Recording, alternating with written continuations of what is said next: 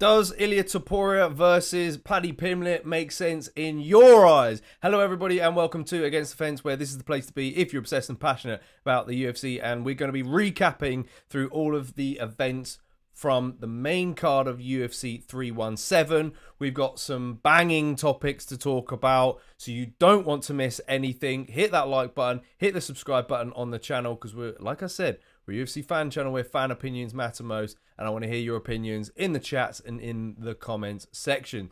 Now, to kickstart things off, I'm just going to flash up then the topics, some of the topics for today's live stream, where we will be talking about whether Ilia Topuria versus Paddy Pimblett makes sense. We'll also be talking about comparing Topuria's golden run to McGregor's, because that's another thing that people have been talking about on social media. We'll talk about the biggest fight in UFC history, which could very well come in 2026.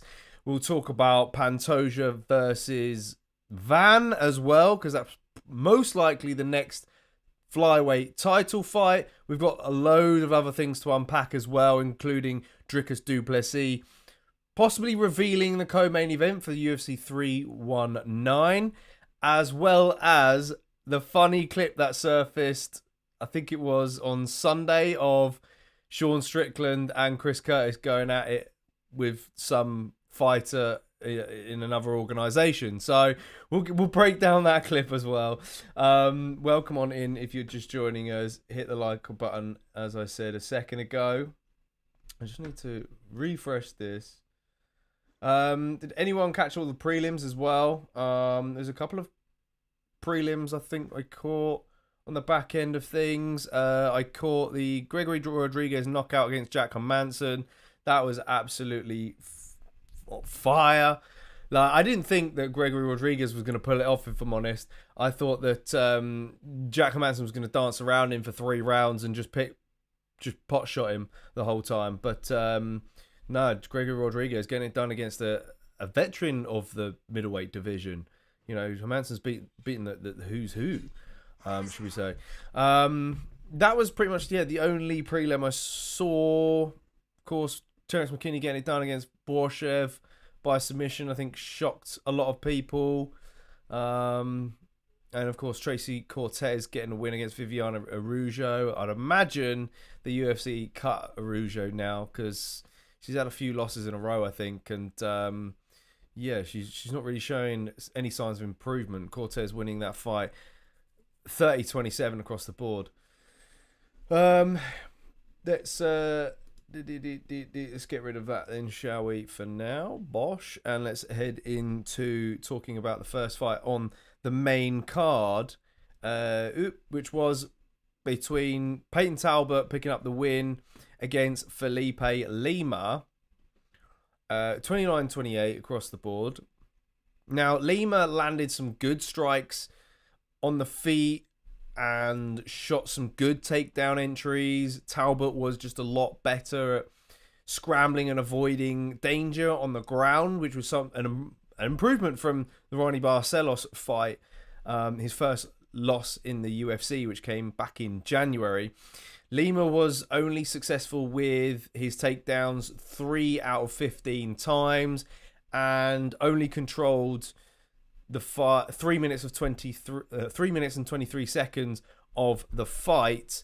Peyton Talbot, man, he looked pretty solid. Yeah, it was kind of a weird one, sort of halfway through the fight, because I started to feel like maybe Lima, I had my expectations completely wrong, because I felt that Lima actually landed the better strikes on the feet and Talbot was getting the better hand on the ground, which was not expected at all. Welcome on in, Brother B from Dallas. Good to see you back in the chats, brother. Hope you had fun watching the fights with some friends of yours back home in Dallas, and clearly enjoying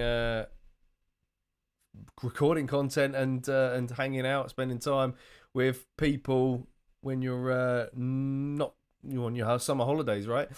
I want to hear what your thoughts were on the fights, and of course what's next for Topuria, which we'll get into in a sec. As for Peyton Talbot, what's going to be next for him, if I head into the bantamweight division. No real movements there. I don't think Talbot's maybe ready for a crack at the top 15 yet. I think I would personally give him someone like a Victor Henry, who defeated Pedro Falcao via decision back in April. Or I would give him Adrian Yanez, who's yet to fight in 2025 after losing a decision to Daniel Marcos back in December. Yanez, still fairly young in the game, but been in the UFC for a couple of years now. He's fallen short against big names in the division. He's on a little bit of a slippery slope at the moment. So I think someone like Talbot, who maybe still has a few holes in his game that Yanez could exploit. I don't think Talbot possesses a low kick heavy game, which we've seen Yanez suffer with in the past with fights against Jonathan Martinez and Daniel Marcos. I'm just looking at his resume now. He's only had 1 or 2 wins in his last 5. So, but he's had some solid wins against Davey Grant, Tony Kelly, and Vinicius Salvador. So, yeah, I think that fight makes sense in a lot of people's eyes. I wonder if it makes sense in your eyes as well. Brother B says, concerned for Joker Jack. Glad he came back to earth. Yeah, he'd been out a while, to be fair. He had been out a while. Which makes that win even more. Well, he clearly showed a little bit of rust in there, I think, against Rodriguez. Goop, opening fight. Benny surprised us all. Mate, yeah, when I get into that, mate, he did. Renato, I wonder how many people picked Renato Moicano this weekend, because I thought Moicano was going to piece him up on the feet. But it was kind of the other way around. And, some exciting fighting options I've got installed for both of those guys in just a sec. As for Felipe Lima, though, I want to see him fight Bernardo Sapage. He's another young prospect, 24 years of age, with great boxing. Defeated Ricky Tercios back in January. So the only caveat to that option would be maybe he's due to return soon. He's from Sweden, right? So I don't think there's any European cards coming up. But hey, he could end up being on the Abu Dhabi card, perhaps. That's just got announced today. So, or does Lima want to bounce back in there and get the job done? Although I think, actually, no, he's injured, I think. He did pick up an injury in the Talbot fight. I did see on social media. So maybe he's going to be out a little bit longer. But, any other options are welcome. Get in the comment section. Get in the chats. Let's get this rolling. As I head on back to talk about the second fight of the main card, where, yes, Beneil Dariush got the job done. Did the outcome shock you? Because it definitely shocked me. Moicano didn't really have an answer for Dariush's body kicks. Of course, it was southpaw versus orthodox style. The scrambles on the ground proved that their grappling just kind of cancelled each other out. And it was a stand-up affair the whole time. And I think Dariush, with those body kicks and just attacking the body overall, just sat the wind out of Moicano, and Moicano's offense was getting a lot less as the fight went on, especially in that third round. I don't think he attempted many strikes at all. So it's good to see Beneil Dariush back in the win column after, I think, 2 losses in a row? Yeah, 2 losses in a row against Charles Oliveira and Arman Sarukian. And yeah, proved that there's still some life left in this old dog. You know, he's what? How old now? I just literally clicked off it. How old is Beneil Dariush? I want to say he's like 37.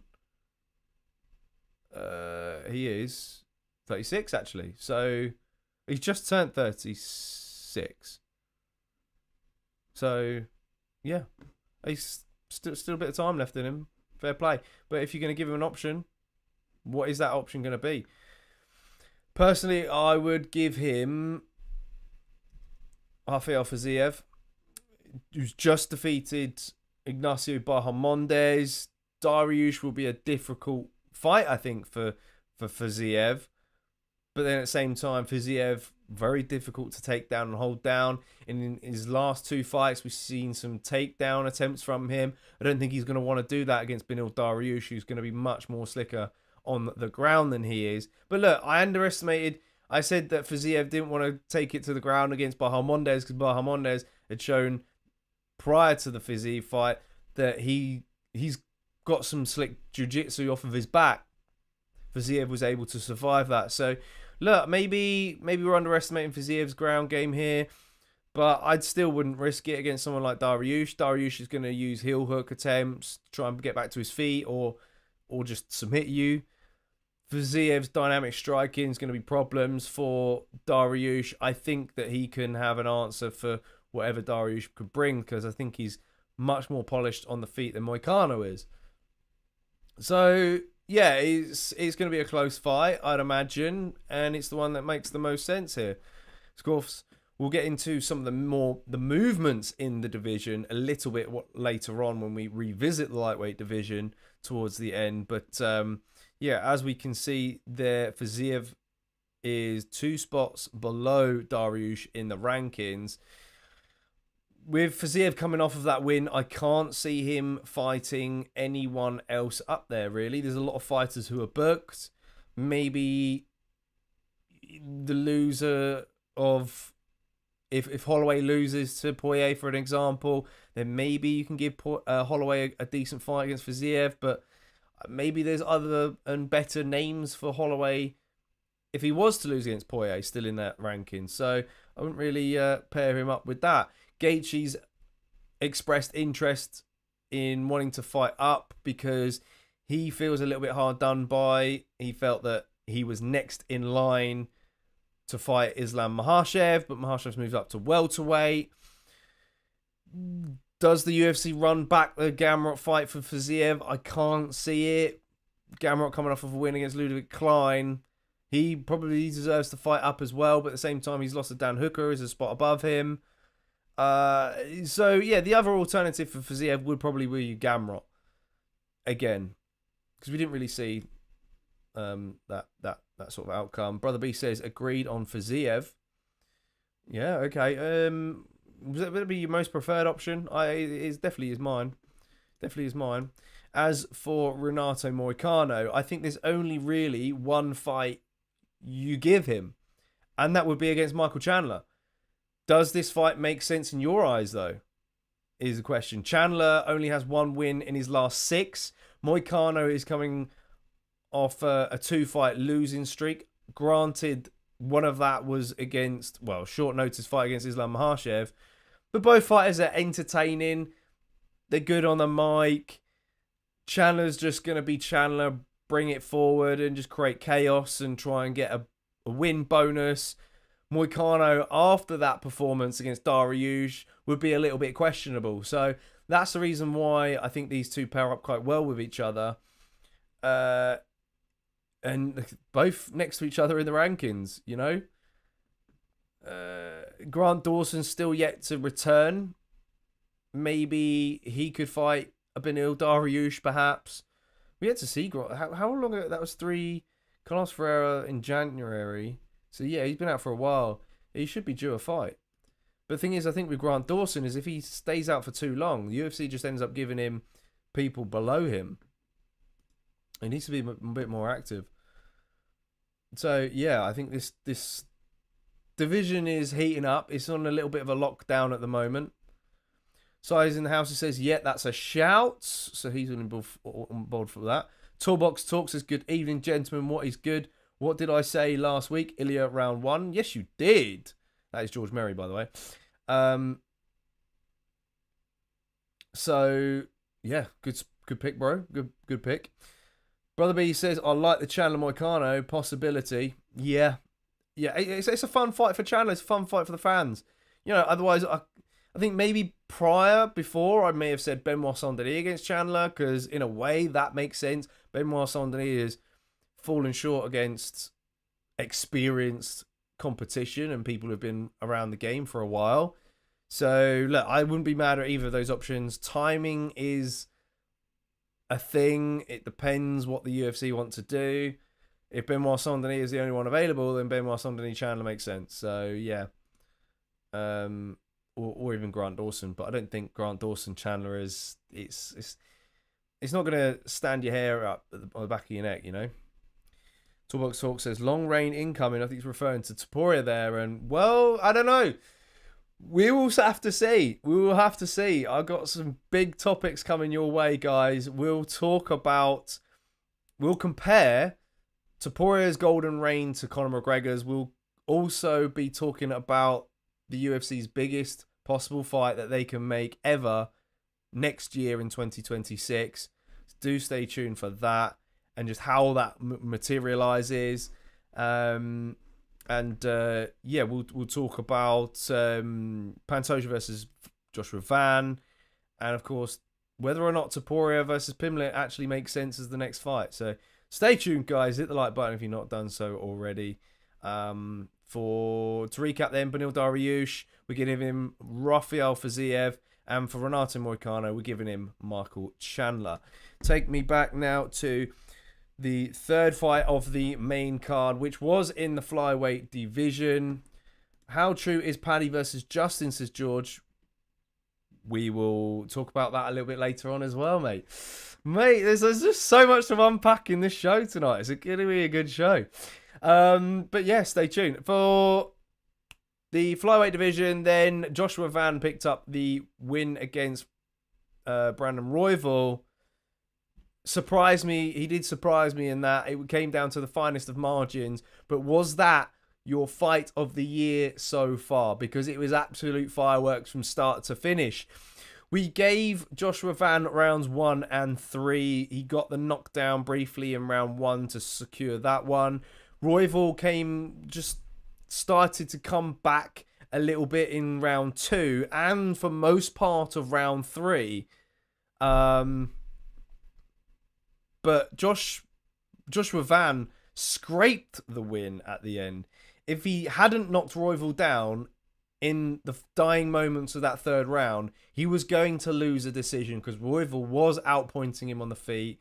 He was winning based on output alone, pushing the pace, and just Joshua Van hesitant to try and find that one shot to drop Royval. But he got it. He searched for it and landed it. And it's now put him into title contention, which we'll talk about in a sec when we talk about the co-main event. But as for Brandon Royval, though, I think the option that I want to give him would be the winner of Albazi and Tatsutara. As you can see there, Joshua Van moving up 11 spots in the division.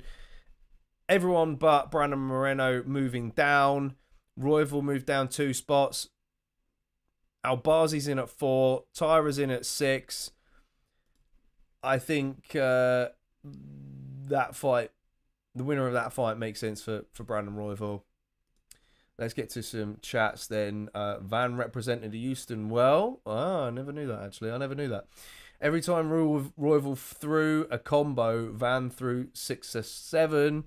George Moses Pantoja is beyond levels above Van. My boy Alex needs to go chase the little Georgian. Yeah, mate, George, getting into I guess we can get into that side of the things because we have openly talked about that on the channel, and in the build up to this fight, Pantoja did say that he wasn't interested in moving up and fighting Merab, but I thought that's a big mistake. When you've got people, big names like Islam Makhachev and Ilia Topuria moving up in weight and challenging themselves for more pay, why wouldn't you not do that if you're Pantoja and you've basically already cleared out the division? And I've spoken to people online on Twitter about this, and they feel like, oh, I got replies back saying, oh, he just wants to create a legacy for himself. And yeah, so be it. I mean, fair enough, but are you really going to, at your age, I think he's 35, catch Mighty Mouse's record? Probably not. Okay, as you keep racking up wins, people are going to start to question, did Pantoja beat better competition than Mighty Mouse? Is he really the flyweight GOAT? And yeah, I guess we could argue that forever. We're never going to get a definitive answer, of course, but I don't know. Maybe if Pantoja does move up and test Merab in a big way, then it's possible. And more people sway that way. Brother B says, I don't think Van is marinated enough to be champ, but he is a fresh coat of paint. And I think you've nailed it spot on there, Brother B. I do like that assessment of Van. There is still some elements that he could very well work on, but don't get me wrong, like he's still an absolute stud. You know? We're going to get into the Pantoja breakdown fight in a sec. George Murray says, but who has Jonathan Haggerty in their DMs? George actually messages about this, yes. George has been talking to Jonathan Haggerty. He's not going to let that go for a long time now. He's going to be mentioning it in every single live show. You're basically best mates now. When you're going out for a beer with him, that's what I don't want to know. Or is he in training camp? I have no idea what's going on. But yeah, I need to watch more Jonathan Haggerty. He's an exciting kickboxer, isn't he? A Muay Thai guy. But yeah, for Royval, Albazi versus Tyra winner. Although both of these fighters haven't really fought Pantoja before. So maybe the winner of this fight could be next in line after Joshua Van. I think it's going to all come down to timing personally, but hey-ho. George Murray says he's in camp, gave him a few rounds earlier, light work. Few rounds with your tools. So yeah, we're flying through things so far tonight, guys. We're going to get into some big topics in just a sec, but if you've not done so already, hit that like button and hit the subscribe button on the video. Talk about then the co-main event. Oh, wrong one. I've got ahead of myself. Oh, I don't have the co-main event in here. Why have I not got... Oh, I think they're backwards. My bad. Maybe I just didn't... Oh, I pressed the wrong button. That's why things weren't coming up. Co-main event then. Alejandro Pantoja completes his 4th title defense and picks up his 12th submission win as a professional MMA fighter. Now, we knew heading into this fight that Kai France would struggle with the grappling elements of this fight. He did defend the submission attempts really well, though. I was quite impressed by that for the first 2 rounds, but couldn't really prevent the takedowns. The way that Pantoja takes people's back, when he just drags them down and people just don't really have much of an answer for it.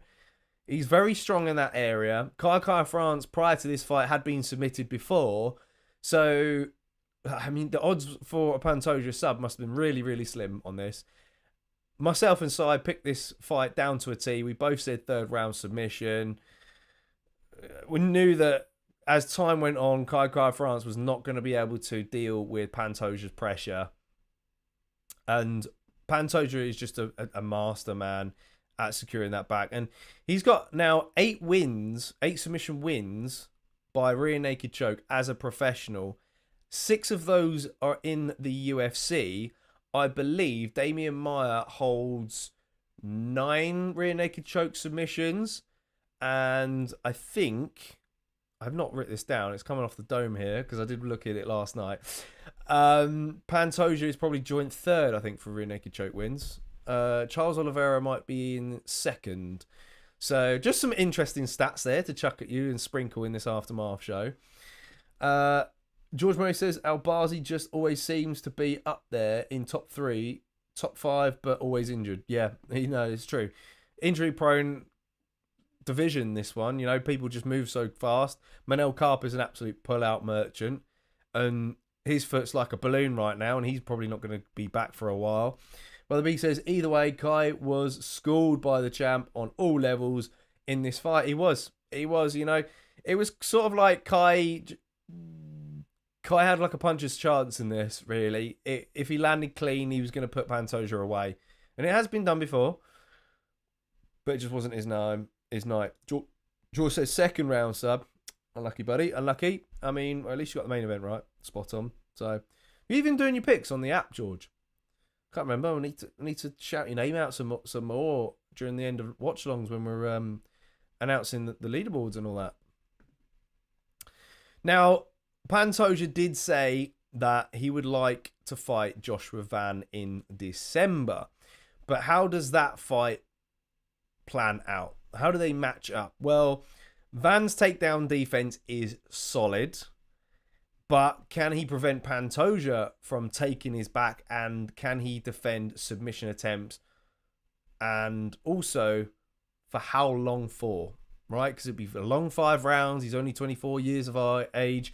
Brother B reckons he's still needs some marinating as a pro MMA fighter. So it could be a little bit too soon. He's a similar age to a Muhammad Mokaev. Going back to Mokaev, we should have seen a title fight with him in it by now. He showed some vulnerability. His fight against Karp wasn't that great, but maybe he has a better chance at beating Pantoja than Van. I don't know.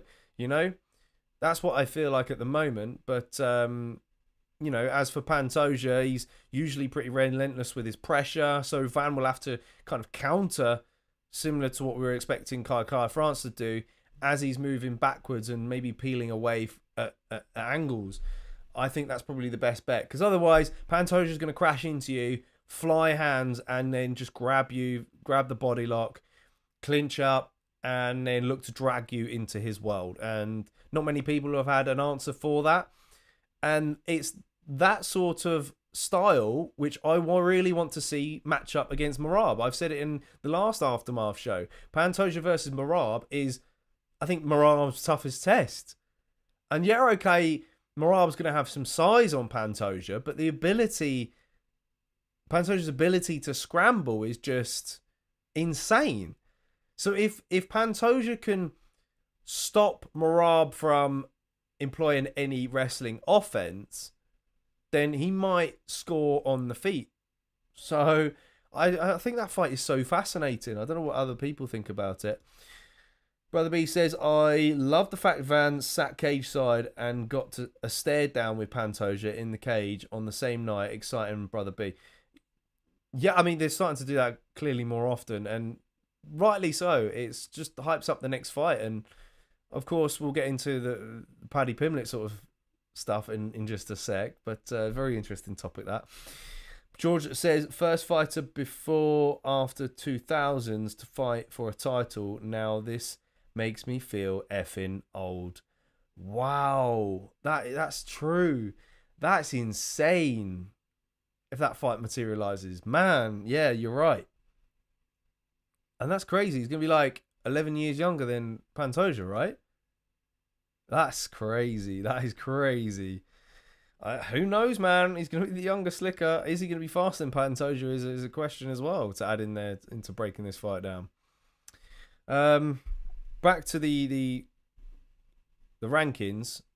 What's next for Kai France then? We can't ignore the Aussie? Kiwi. It's got to be Manel Karp, right? He's got to fight Manel Karp. Both have beef with each other. They shared a press conference together. They went back and forth verbally. Get Karp back from injury and let's see some fireworks. That's what I'm saying. Because Karp at number 7, he should have fought Royval, but fell out due to injury again. Kai's only 2 spots above him. If he fights Kai, he fights for the belt, right? He's next in line. Why not? Maybe flyweight is cooking up here, because the winner of Albazi versus Tyra makes a bit of a case here as well. So I don't know. Is this the best flyweights looked in a little while? Probably, yeah. I would say so. I would say so. All right, that's all we've got time for on the co-main event.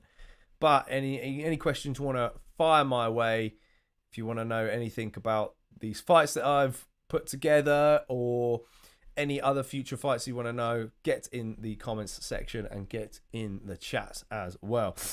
Head on back then to the main event between Ilia Topuria and Charles do Bronx Oliveira.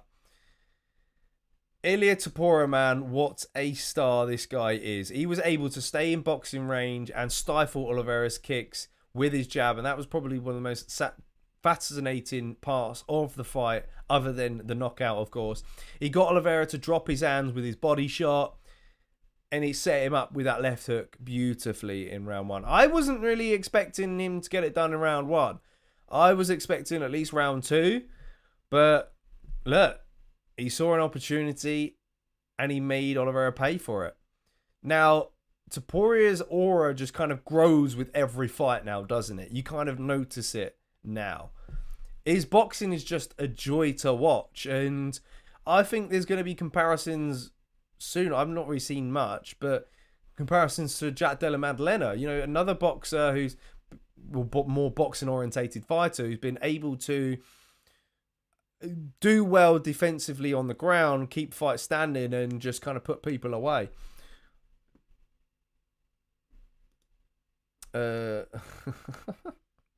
George. Hey, Yugi. Brother B says history has been made. Topuria is the closest thing we have now to Conor McGregor. He is. He really is, because he's been putting people away. He's been finishing every single fight. We was having this conversation in our team meeting yesterday. We're going to get into kind of comparing the two runs in a sec, but the thing that lets Ilia Topuria down, I guess, is his confidence on the mic a little bit, right? I mean, don't get me wrong, there's an aura about him. He's very sort of relaxed and chilled. He knows that he's the best there is. And the thing is with the McGregor era is he talked the talk and walked the walk. He predicted the fights down to a T prior to the fight. And he also had this swagger about him, you know? So, who had the better road to double champ status, do you think? Was it Conor McGregor or was it Ilia Topuria? Because there's arguments for both. For Conor McGregor, he defeated Chad Mendes, Jose Aldo, Nate Diaz, and Eddie Alvarez. Ilia Topuria beat Josh Emmett, Alex Volkanovski, Max Holloway, Charles Oliveira. So name value, you'd probably say that Ilia Topuria has the better run, right? Because, okay, McGregor's comeback against Chad Mendes, don't get me wrong, sublime, was insane, right? He lost that first round, TKO'd him in the second. The Jose Aldo knockout, however, for Conor McGregor was probably better than Topuria's knockout of Charles and Max Holloway combined. And the reason for that is because of Jose Aldo's resume heading into that fight, right? He was the featherweight phenom. There was nothing that we've seen like him before ever. And McGregor went in there and smoked him in 13 seconds. So I think that was more impressive. Just that win alone. But as a collective, I'm siding with Ilia Topuria. Because, of course, McGregor then... he lost to Nate Diaz, but then he came back and beat Nate Diaz by a decision. And then the finish of Eddie Alvarez was probably his best finish, or one of his best finishes to date, with that combination that he landed on him to win gold. Topuria's knock, however, of course, he wasn't holding both belts simultaneously, whereas Conor McGregor did. But that's the UFC's doing, really. That's because the UFC have suddenly realised that, hang on, if we do champ versus champ sort of stuff, then there's going to be pay-per-views that are not going to have a title fight on them, and we kind of need that to sell. So I kind of get it. So yeah, that's my kind of overall breakdown. I think resume-wise, on paper, Topuria's is much better than McGregor's. However, McGregor, I think, had the best moment, and that was putting away Jose Aldo. Don't know what you guys think of that. Let's get some chats. Brother B says, the shock value has not worn off, as I've been mourning Oliveira more than I thought I would. Oh, that's a shame, buddy. That's a shame. Exactly. If he brushes up his smack talk and his aura, he can be our next McGregor or Conor 2.0. Agreed. Name value, says George, maybe, but you gotta look at the pay-per-view numbers, and they say, oh, that is true. Pay-per-view numbers also is a factor in this as well. And Brother B says, yep, nobody comes close to Conor when you compare pay-per-view buys. And yeah, I saw a tweet, to be honest, that it was a very good comparison. It was, yes, Topuria's overall run or title reign at the moment is far more superior, but Conor McGregor's that whole like build up at that time was something special, and we've not really seen much like it since, really, have we? Like, Conor was able to transcend into pop culture and bring over a lot of new eyeballs to the sport, including, you know, new fans. He created new fans of the sport. Whereas, is Ilia Topuria really doing that? Yes, his social media following is growing. He's got, what, 10 million, 11 million Instagram followers now, whatever. People said he may have purchased bots heading into the fight to have more than Oliveira, whatever. I don't know, man. I guess the thing is we're not really seeing it from Spain's perspective. Is the sport really growing over in Spain? And people more... Is Topuria being seen? He's being seen more on television, that's for sure. In fact, Topuria was seen in the NFL advert for Spain, right? Because the NFL's heading over to Spain for the new season for one game. And he was in that. So he's getting his face out there, but I don't think from the US perspective, or the American side of things, and the UK, we're not really going to see it. I think Topuria should have headlined a fight night in Spain. The UFC should have seen his stardom coming, you know? I think they really missed the boat out in there and really helped, because the McGregor Brandao fight in Ireland was a huge help, right? That made us all realise just how passionate Irish fans were for him. We're not really seeing it for Topuria, are we? We're not seeing the level of passion for him from Spanish fans. So, however, Charles Oliveira, on the other hand, we see his level of stardom in Brazil. The UFC have been to Brazil many a time. They go there at least, once or twice a year. And Charles is there and he's getting absolutely mobbed from fans. So, that's what we need to see from Topuria. That's what we need to see. But another thing we've got to ask ourselves about Ilia Topuria, which segments into my biggest fight of UFC history in 2026 prediction. How soon do you think we'll see Makhachev versus Topuria? Because it could happen next year. If Makhachev becomes a double champ, then is the fight Topuria the biggest fight in UFC history? Both guys gone up in weight, 2 division champions. One's got to go back up, one's got to go up, and one's got to go down, though. So I think it's going to be difficult to negotiate if that time was to come around. But it's sort of a fight that's never been done before. We've not seen 2 double champs square off in the octagon. So the level of hype surrounding this possible fight is going to be insane. And surely the UFC would pull out all the stops to market it. We want McGregor versus Aldo level of production in the trailer, right? Makhachev, big name across seas in Dagestan, Russia, Abu Dhabi, just the whole Muslim community. Topuria is growing in numbers in his stardom because he's knocking everyone dead. Perhaps he's big in Spain. Where would you put the fight? I think Topuria will want to move it to Spain and do it in the Santiago Bernabeu. Perfect venue, perfect climate for it, perhaps. Dana doesn't need to worry about rain because that's the only thing that stops him from doing stadium shows.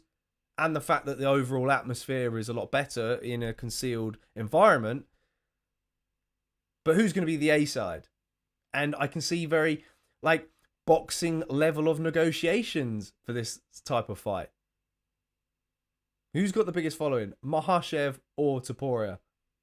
Time's going to tell, especially if Makhachev captures another belt at welterweight.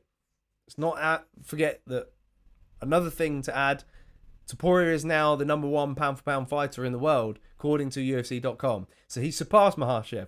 But I think for a brief period. until Makhachev captures gold at welterweight. But if Chat Magdalena shocks the world and takes out Makhachev, that fight with Topuria doesn't look as good. However, Makhachev might have only one choice but to go back to lightweight. Because does he really want to stay at welterweight? At the same time, the weight cut's not getting any easier for him. So he might have to stay at welterweight. A lot to think about with this. A lot to think about and go through it. What do you guys think? Let me know in the comments section, because this fight must happen. Another thing to add about Ilia Topuria as well, we'll talk about and comparing him to Conor McGregor. Here's one thing that I think no one has considered yet.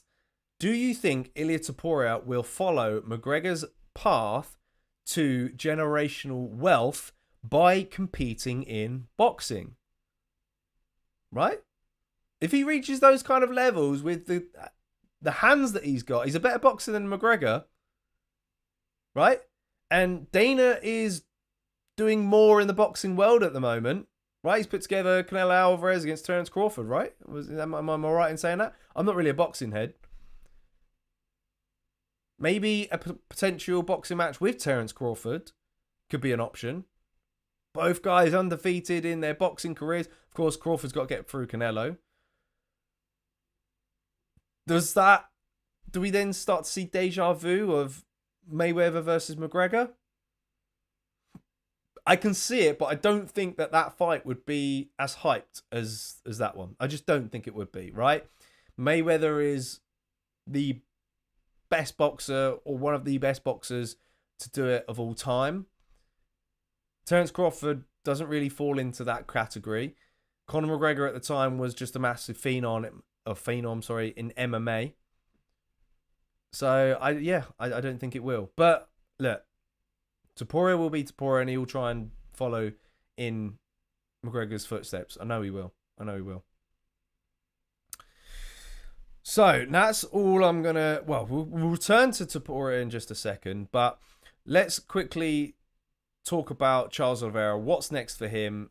I've got one fight. It's got to be Dan Hooker, right? It's a big step up from the Gamrot fight for Hooker. I'm still gutted he didn't fight Justin Gaethje, but Gaethje could have another fight on the horizon.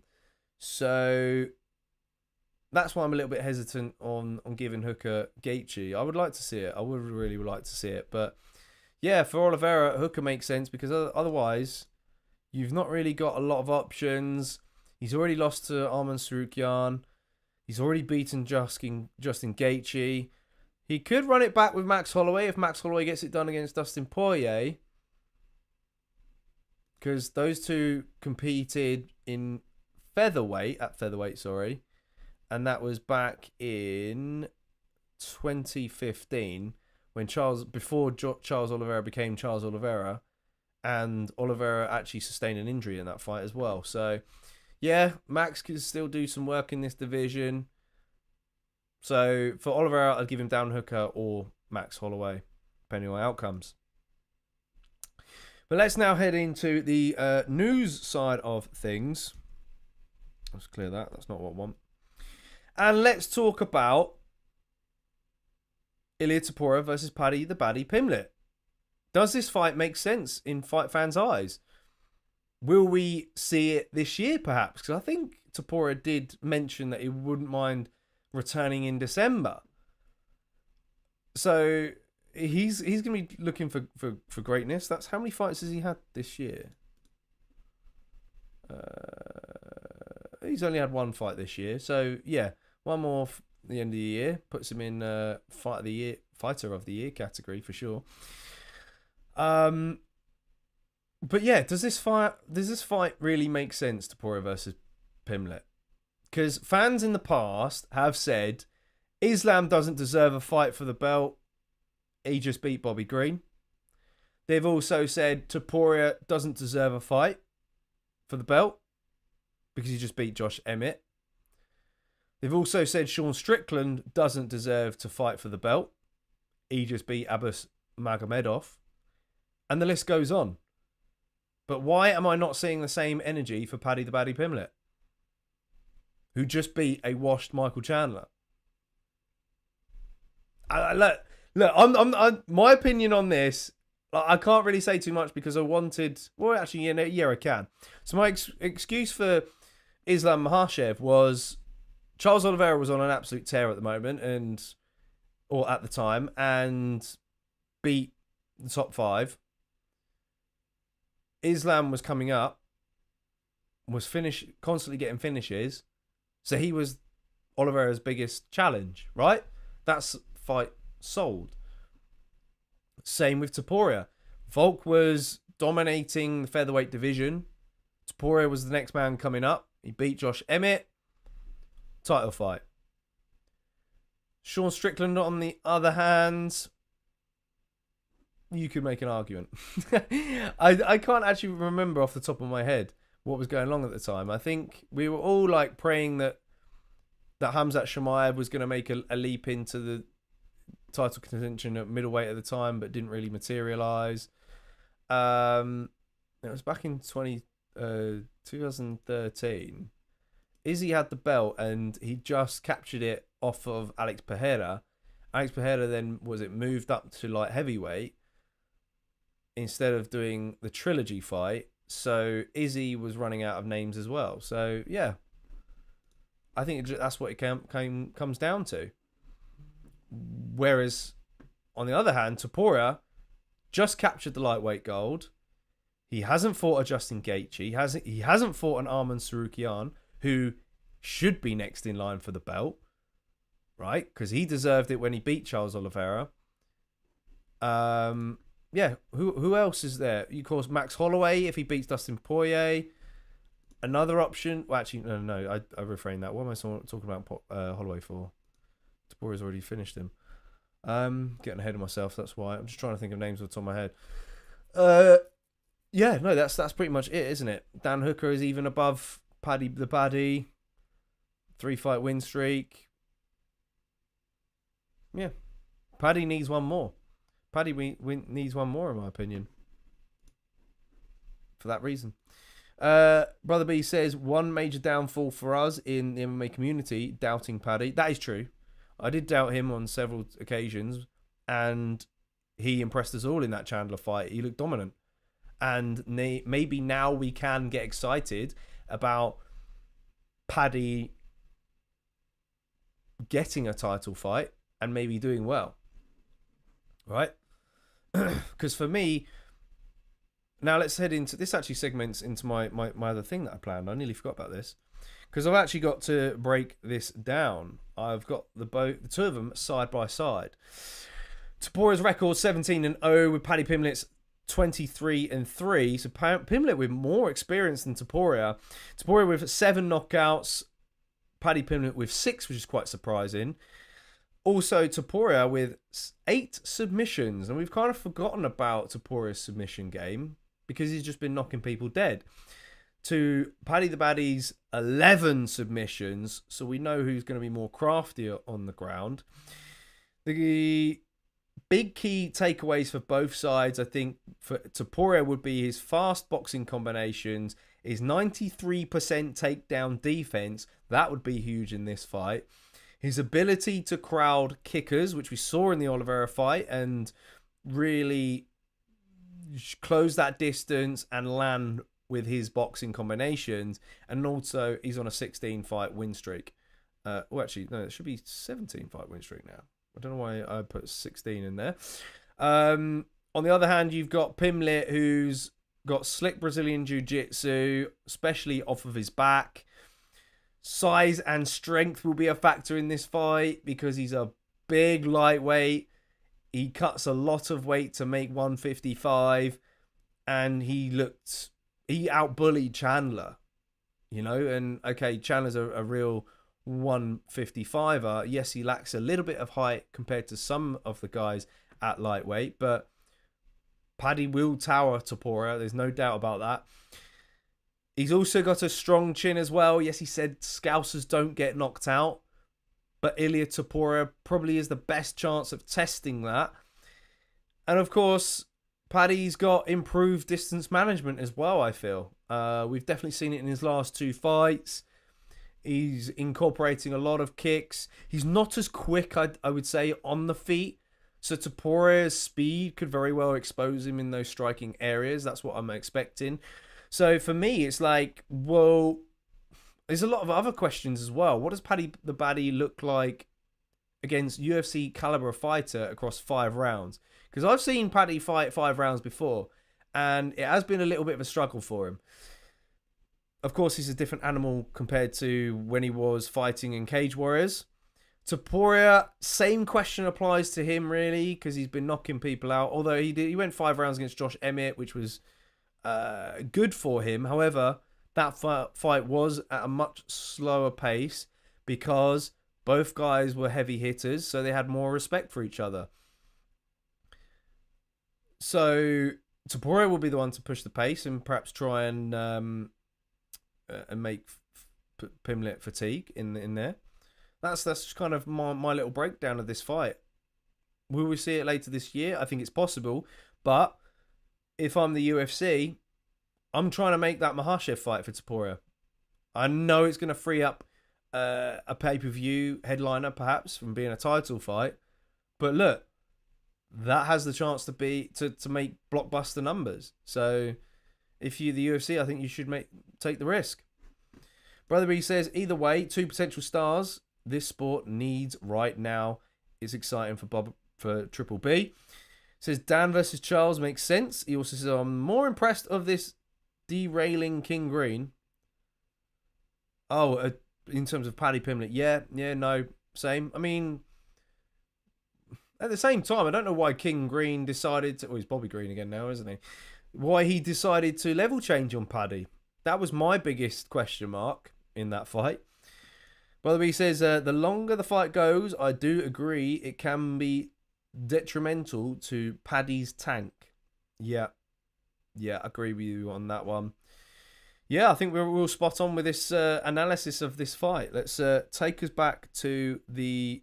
where am I going? Back to the news side of things. Because there's... What have I got there? There's a few things I want to go through with you guys. The first one is let's go through Dricus du Plessis revealing to people a potential co-main event for UFC 319. Now he's going to be at UFC 319 defending his belt against Khamzat Chimaev, his toughest test to date. But do you think that this is true? It seems strange that it hasn't been announced yet. Right? I think we're just over a month away from the fight. Or was the fight booked and this is the reason why Dana got mad about Paddy going into the octagon? Because self-consciously, he knows what fights are lined up and he knows that Paddy stepping in to the octagon face off with Topuria hypes that possible fight up more. So then when they announce the Gaethje fight, people are going to be a little bit gutted. Or Paddy's fans are definitely going to be a little bit gutted and annoyed. Right? So I can see why Dana was a little bit angry with that. Everyone's expecting Paddy to fight for the belt next. They are. We saw the face-off. Seen Topuria say, let's do it. Let's make it happen. We saw the little altercation, the shove. All that to then just suddenly go, oh no, we're going to do Justin Gaethje instead.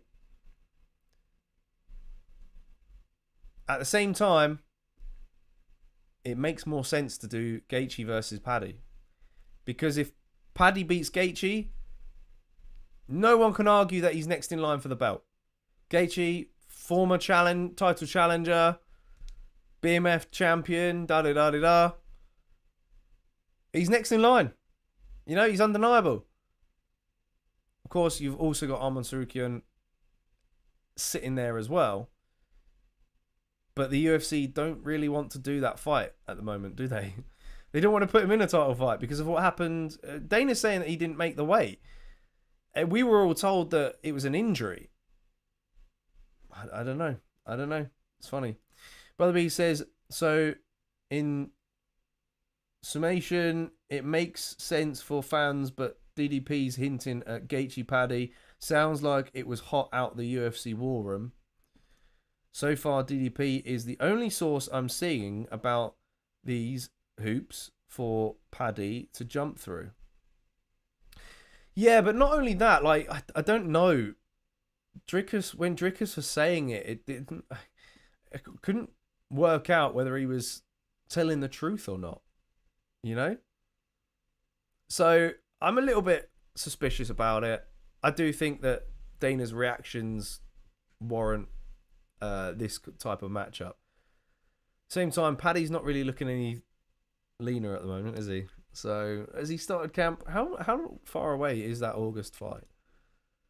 I'll have a look because oh, actually, there you go. You guys can see it. Drickus will be fighting August 16th. Yeah, August 16th.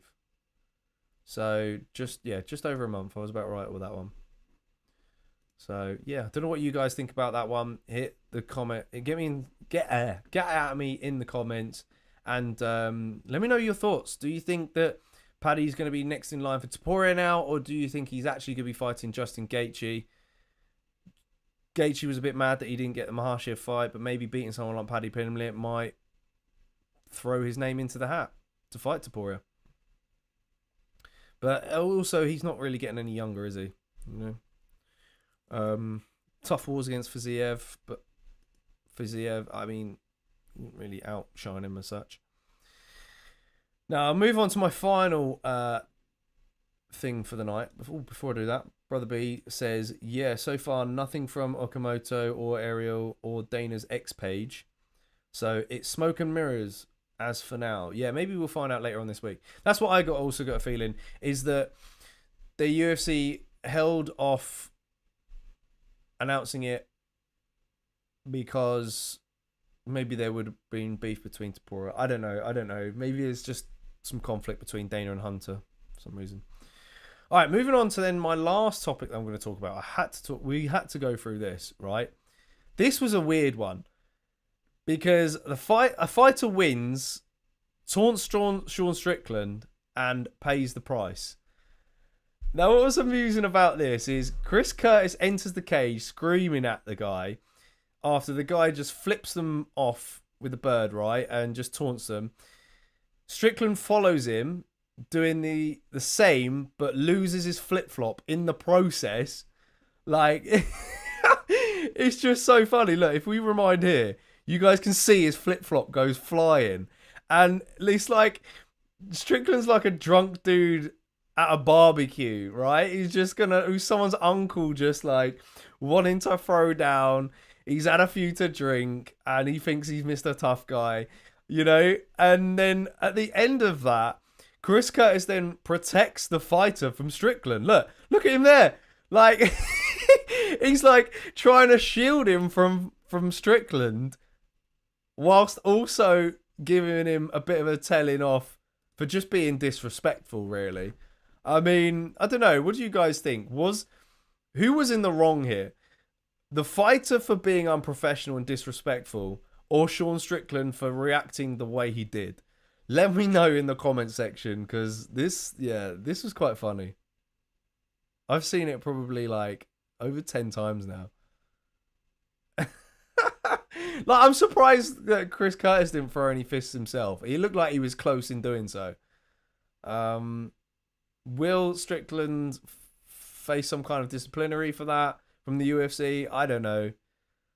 Hopefully not. All right, okay, let's head on back then, guys. Thanks for tuning in tonight. You guys have been amazing. Brother Reed says that is straight up embarrassing that they got in the door. Someone had one job. Yeah, no, you're right. You're right, my man. You are right. I don't know why they were allowed to. Not a huge fan of Strickland, but even less of a fan of Chris Curtis, honestly. Chris Curtis has been a little bit quiet, really, hasn't he? He's not been on social media for a while. I thought he had fallen out with Strickland, but clearly not. At one point, he's been laying low. I think he's just been doing dad life now, more so, you know. Fair play to him. We've not really spoken to him for a long time. It would be nice to catch up with him. All right, folks. Thanks for tuning in. You guys have been amazing. There will not be a UFC event this weekend, but do make sure you've got the notifications bell rang on our channel because there's going to be a lot more content coming your way. Some shorter segments from this live show that we've just done. So if you've missed it, don't worry. You can watch the whole live stream back again or stay tuned for those clips that will be coming out. Hopefully, we can bring you guys a fighter Q&A. Ash hopefully should be on putting the works in for something. Nothing's lined up at the moment, but make sure you're also following us on all socials as well. That's in the description, so you can keep up to date with all the announcements that we give as well. So awesome stuff, guys. See you on the next live show. Bye for now.